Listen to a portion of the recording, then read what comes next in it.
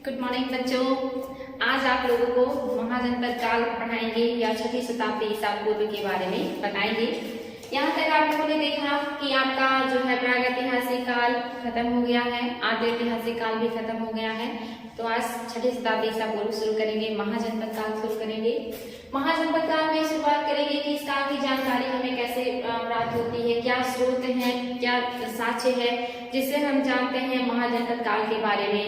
तो इसके जो है पुरातात्विक साक्ष्य भी हैं और साहित्यिक साक्ष्य भी हैं, दोनों साक्ष्य से हमें पता चलता है। और आज आप लोग ऐतिहासिक काल में प्रवेश कर चुके हैं। अभी तक आपने जो पढ़ा वो प्रागैतिहासिक काल और आद्य ऐतिहासिक काल था, लेकिन आज से ऐतिहासिक काल की शुरुआत होगी। ऐतिहासिक काल की जानकारी के लिए हमारे पास बहुत सारे स्रोत हैं, पुरातात्विक स्रोत भी हैं और साहित्यिक स्रोत भी हैं। साहित्यिक स्रोतों में देशी और विदेशी दोनों विवरण हैं। देशी में आप देखोगे लौकिक और जो है एक तरीके से देखेंगे कि जो दैनिक जीवन से संबंधित है वो भी सारे स्रोत मिलेंगे। जैसे पुरातात्विक स्रोतों में आप देखोगे कि कौन कौन से स्रोत हैं, जो पुरातात्विक स्रोत हैं जिससे हमें पता चलता है। तो इसमें जो है सबसे पहले आएगा नॉर्थ ब्लैक NBPW,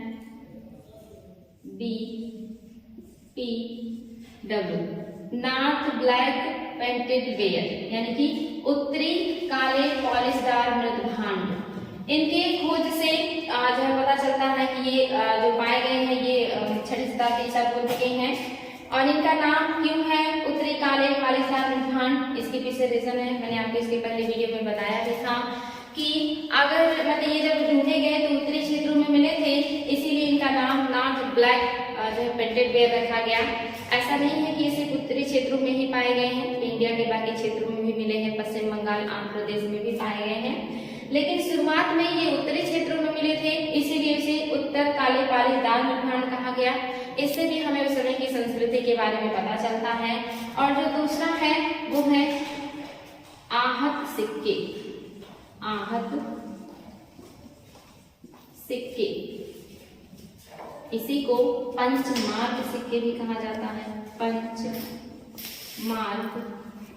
सिक्के, इसी को पंचमार्क सिक्के भी कहा जाता है। वेरी इंपॉर्टेंट है।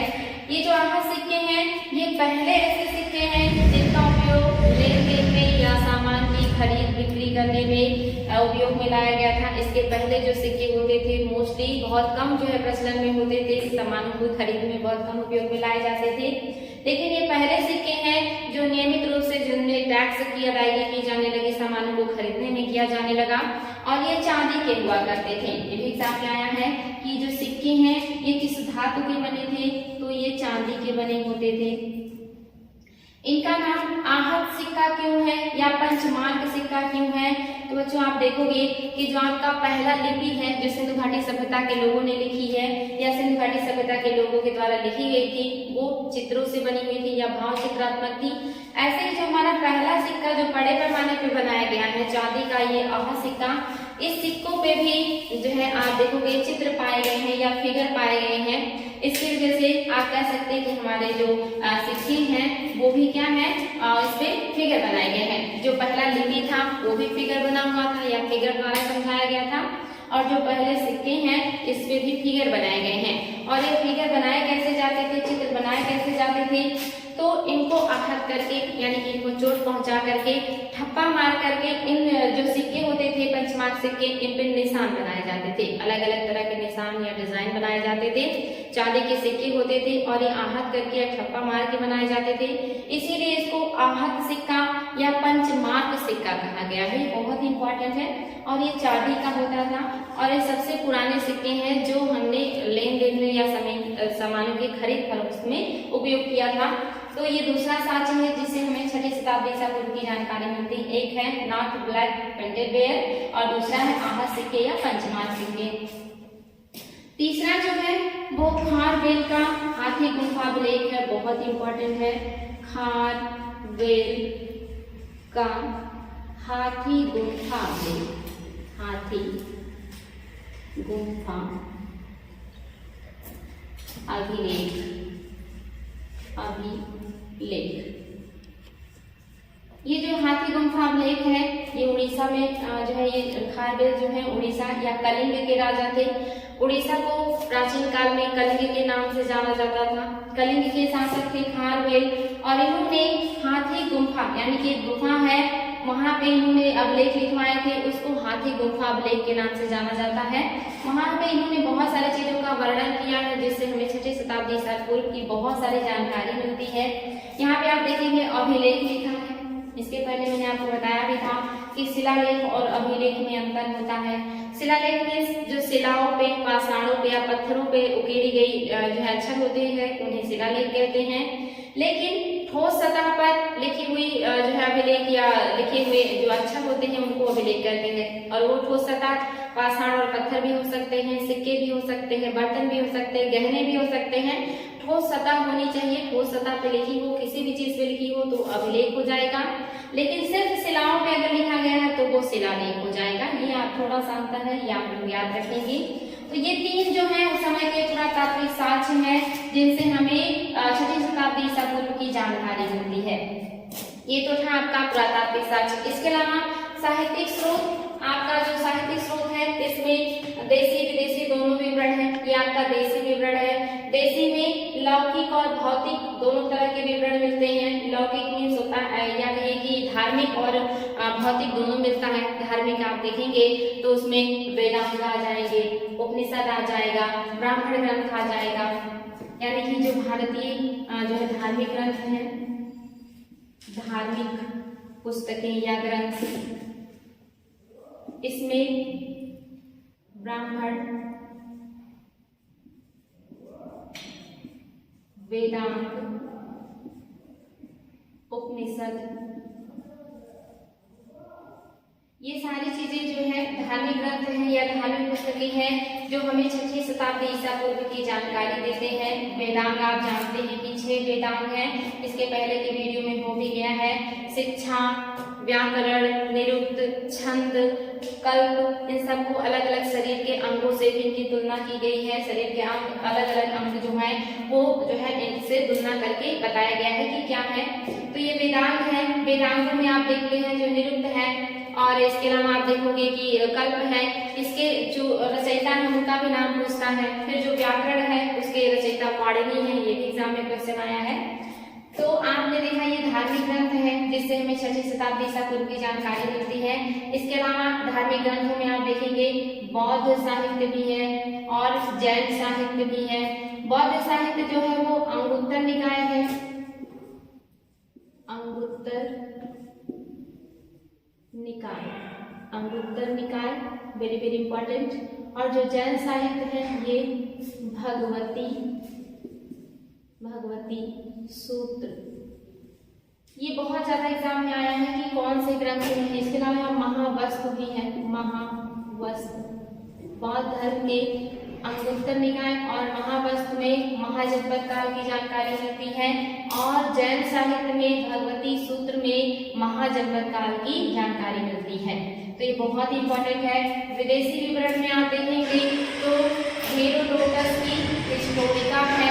हेरोडोटस को भी इतिहास का जनक कहा जाता है। ये भी एग्जाम में बार बार क्वेश्चन आता है कि इतिहास का जनक किसे कहा जाता है। हेरोडोटस को कहा जाता है और इन्होंने जो पुस्तक लिखी है वो हिस्टोरिका है। हिस्टोरिका वेरी वेरी इंपॉर्टेंट है। हिस्टोरिका एग्जाम में बार बार पूछता है कि हेरोडोटस द्वारा लिखी गई पुस्तक कौन सी है, तो हिस्टोरिका है।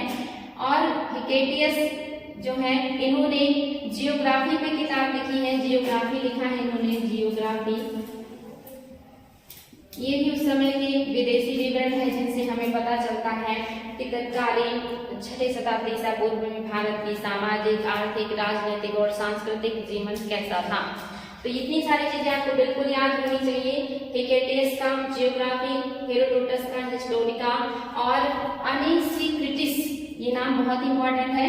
इन्होंने सिकंदर की जीवनी लिखी है।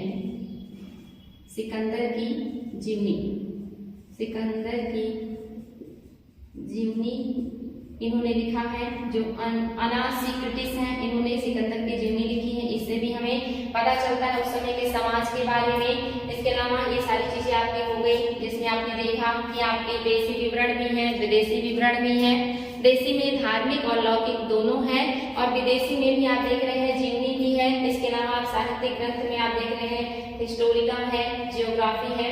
ये उस समय के बारे में जो है हमें जानकारी प्रदान करते हैं।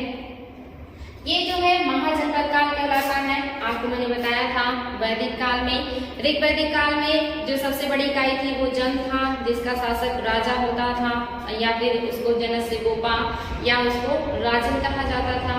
वही जन जो है उत्तर वैदिक काल में जनपद कहलाने लगा और उसका शासक भी राजा ही होता था, लेकिन वो ज्यादा पावरफुल जो हो चुका था।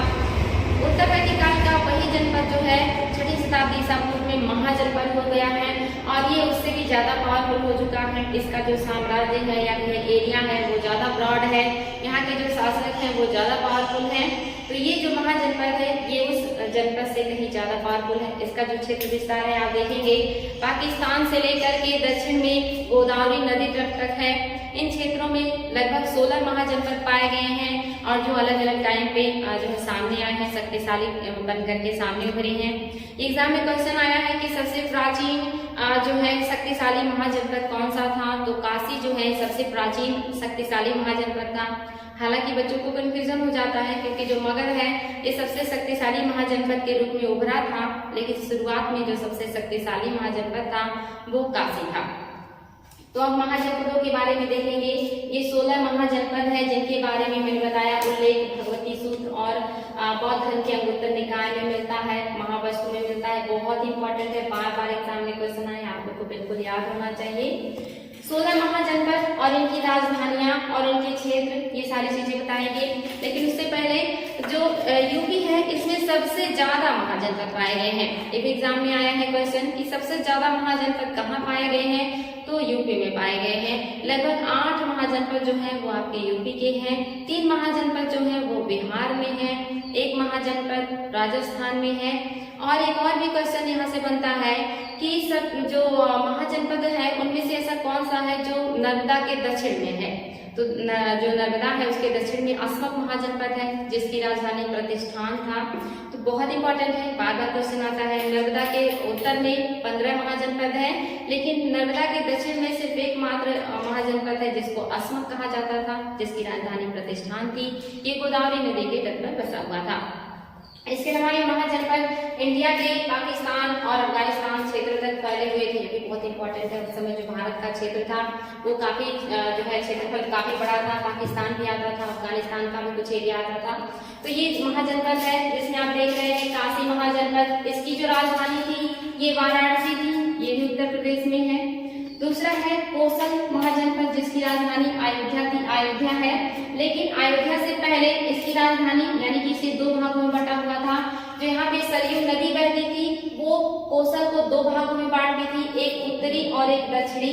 जो उत्तरी था उसकी राजधानी श्रावस्ती थी और जो दक्षिणी था उसकी राजधानी कुशावती थी, लेकिन बाद में इन दोनों को संयुक्त करके एक राजधानी बना दिया गया अयोध्या। ये बहुत इंपॉर्टेंट है।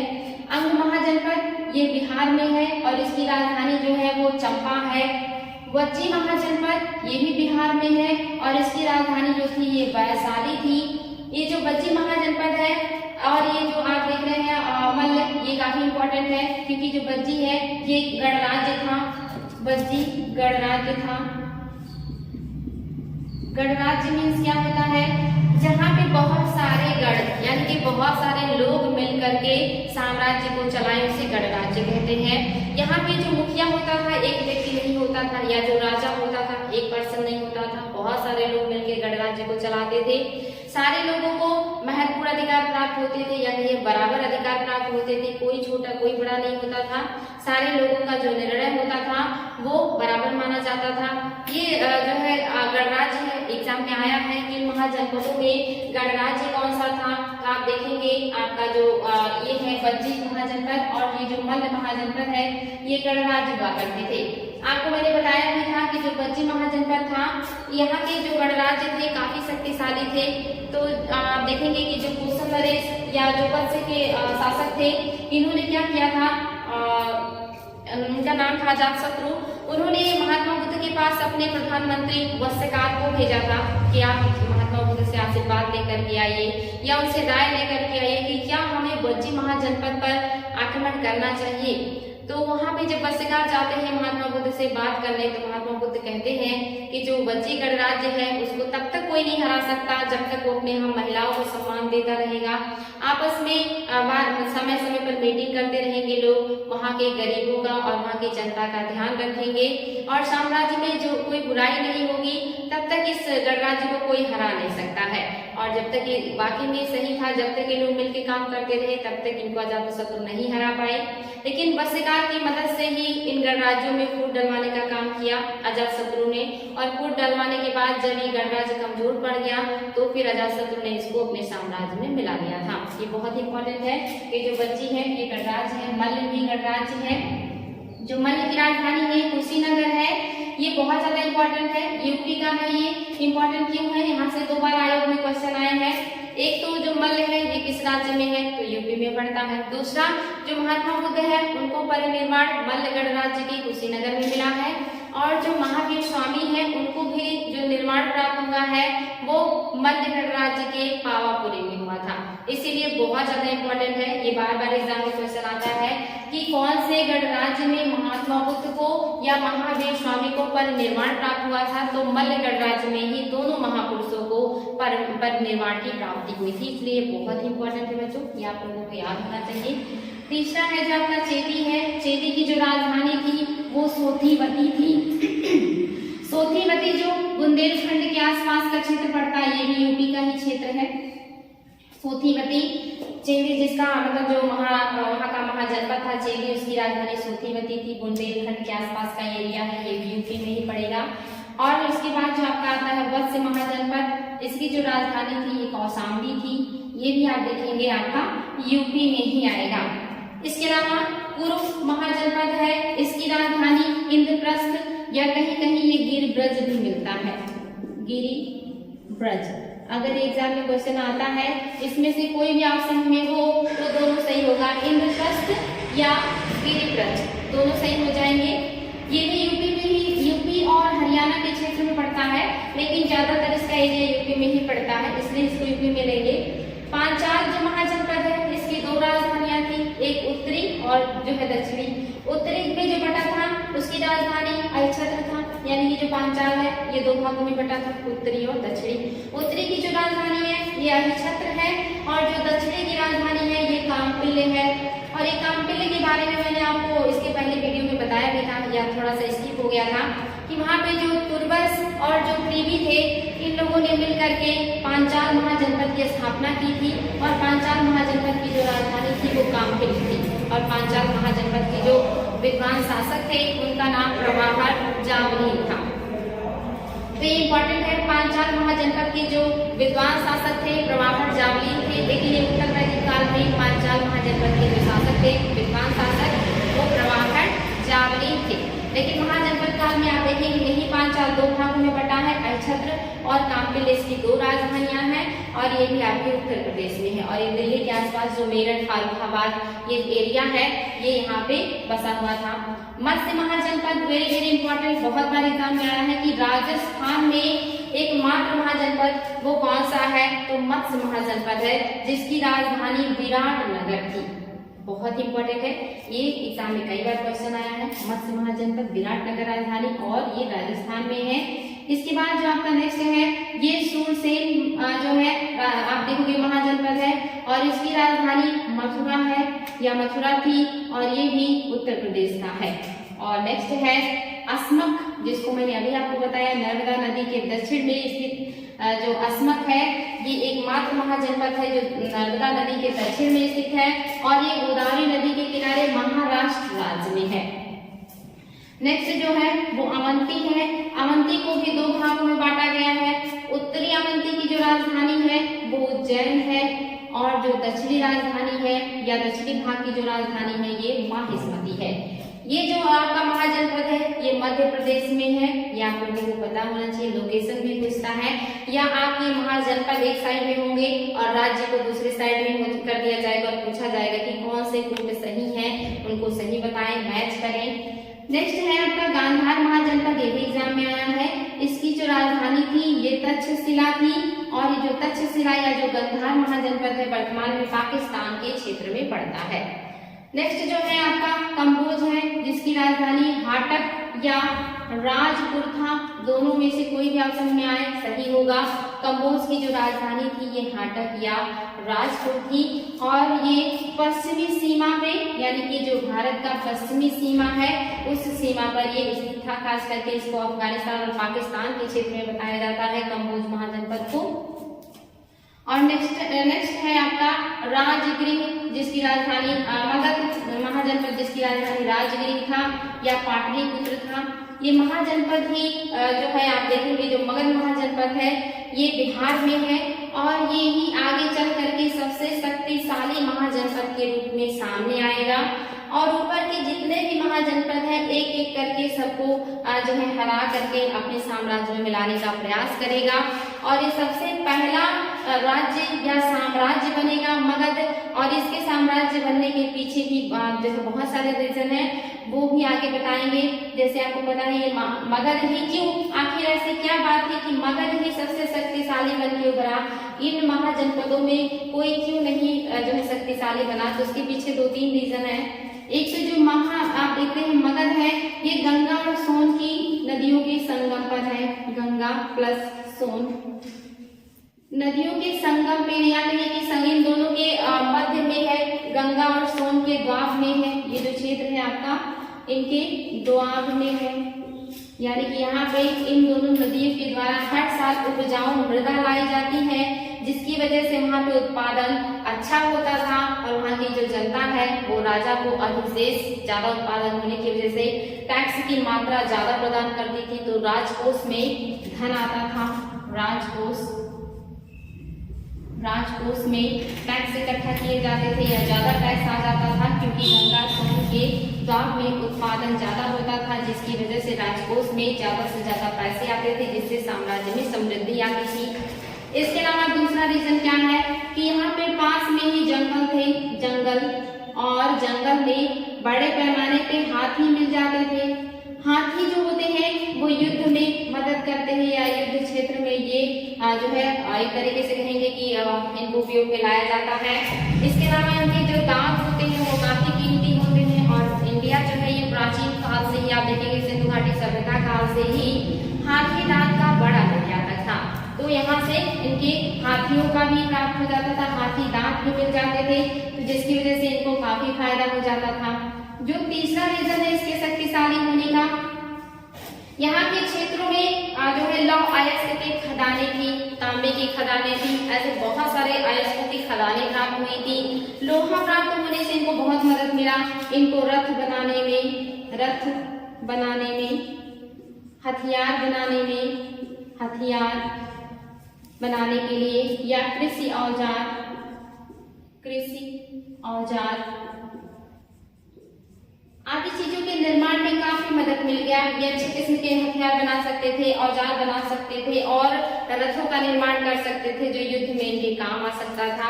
इसके अलावा उस समय जो है आप देखेंगे जो साम्राज्य है वहाँ पे ज्यादातर जो भवन है, जो नगर है, वो सारे लकड़ी के बने होते थे, और यहाँ से जंगल होने की वजह से उन्हें लकड़ी भी आसानी से मिल जाती थी, या काष्ठ आसानी से प्राप्त हो जाएगा। आपको पता भी है कि इसकी जो राजधानी है गिरिब्रज या पाटलिपुत्र, इसको लकड़ी से ही बनाया गया था। बाद में जब ये नष्ट हो जाता है तो उसके ध्वंसावशेषों का अध्ययन किया जाता है, तो पता चलता है कि बहुत भव्य साम्राज्य था। और जो उस समय के आए थे यहाँ पे यात्री भ्रमण के लिए, उन्होंने तो यहाँ तक कहा था कि ये जो गिरिब्रज या राजगिरी का जो मतलब साम्राज्य है या जो नगर बनाया गया था लकड़ी से, ये इंसानों द्वारा नहीं बल्कि देवदूतों के द्वारा या राक्षसों के द्वारा बनाया गया होगा। इतनी खूबसूरती से लकड़ी का महल उन्होंने अपने जीवन काल में और कहीं नहीं देखा था। तो ये भी आपको इम्पोर्टेंट है कि यहाँ से काष्ठ आसानी से प्राप्त हो जाते थे, काष्ठ मीन्स लकड़ी प्राप्त हो जाते थे।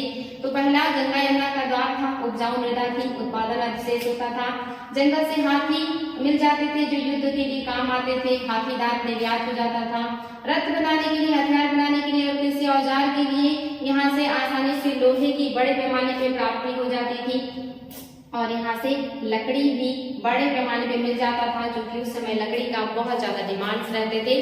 तो ये सारी चीजें भी बहुत आसानी से मिल जाती थी, जिसकी वजह से ये महाजनपद काफी तेजी से उभरा और समृद्ध हुआ। समृद्ध होने के बाद इसने आसपास के महाजनपदों को हराना शुरू किया और उन्हें अपने साम्राज्य में मिलाना शुरू किया और सबसे बड़ा महाजनपद बनेगा। और इसी महाजनपद में आप देखेंगे हरियर वंश, शिशुनाग वंश, नंद वंश, मौर्य वंश, बहुत सारे वंशों का जो है यहीं से शुरुआत होगा।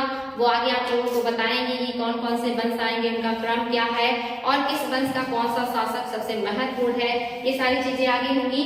यहाँ पे देखिए आप कुछ और भी बातें हैं जो इम्पोर्टेंट है। जैसे आप यहाँ देख रहे हैं बौद्ध धर्म का जो ग्रंथ है अंगुत्तर निकाय, इसके अनुसार 16 महाजनपद है और उसमें 16 महाजनपद का बहुत खूबसूरती से वर्णन है, जिसे आप देख सकते हैं कि जो भी आम उच्चारण से है या ए से आएंगे ऐसे महाजनपदों को एक जगह लिखा गया है, यानी कि ए से या अ से अवंती, अस्मक और अंग हो जाएगा। याद करने का अच्छा तरीका है। यहाँ पे आप देखेंगे जी या गा से गंधार हो जाएगा। सी या इसको यम भी कह सकते हैं, यम से या आप देखेंगे माँ से मगध, मत्स्य और मल्ल हो जाएगा। और इसके अलावा आप देखेंगे यश से या सा से सूरसेन हो जाएगा, ये आसानी से याद कर सकते हैं। सी से आप देखेंगे चेदिक या चा से चेदिका और यहाँ पे आप का लेंगे। अगर आप यहाँ पे का को लेते हैं, का को बनाते हैं मानक, तो आप यहाँ पे देखेंगे या के को इंग्लिश का के वर्ड लेंगे तो काशी, कोसल, काशी, कोसल और कंबोज, कुल ये 4 है जो का से है या के से है। काशी है, कोसल है, कंबोज है और कुरु है। बहुत आसानी से याद कर सकते हैं कि 4 महाजनपद का नाम तो का से ही है और 3 महाजनपद का नाम आ से है। इसके अलावा आप देखेंगे यहाँ पे पी या पा से पंचाल है और आपका वा से या बी से बज्जी है। वा कहिए या बी कहिए, बी से बज्जी और वत्स है, बज्जी और वत्स। पी से पांचाल, का या के से काशी और कोसल, सी से या चा से चेद है और आप देख रहे हैं यहाँ पे ए से या अ से अवंती, अस्मक और अंग है। गा से या जी से आपका गंधार है और यम से या माँ से देखेंगे तो मगध है, मत्स्य है और मल्ल है और यश से सुरसेन है। यानी कि आप ये बहुत आसानी से याद कर सकते हैं। यम से और ए से 3 महाजनपद का नाम आएगा, का से 4 महाजनपद आएगा। आप देखेंगे बी से 2 महाजनपद है, बाकी एस से और जी से और सी से और पी से सिर्फ 1 महाजनपद का नाम आता है। तो बहुत आसान है, आप इनके क्षेत्रों को देख सकते हैं कि किन क्षेत्रों में इनका विस्तार है, इनकी राजधानी क्या क्या थी और किस महाजनपद की क्या खास बातें थी और ये सारी चीजें इनके बारे में जानकारी हमें कहाँ से मिलती है, वो सब कुछ मैंने आपको बताया है बच्चे। इसको बार बार रिवाइज कीजिएगा, नोट कीजिएगा, एग्जाम्स में यहीं से क्वेश्चन बनते हैं और ये पूरे आपका बहुत सारा तथ्य है जो आपको बहुत सारे काम का है। तो आज के लिए इतना रहने देते हैं। कल जो आपका मगध महाजनपद है इसका बताएंगे कि कैसे विस्तार हुआ और इसमें कौन कौन से साम्राज्य की स्थापना हुई और कौन कौन से राजा हुए। आगे पढ़ेंगे इस क्रम में। आज के लिए रहने देते हैं। थैंक यू बच्चों।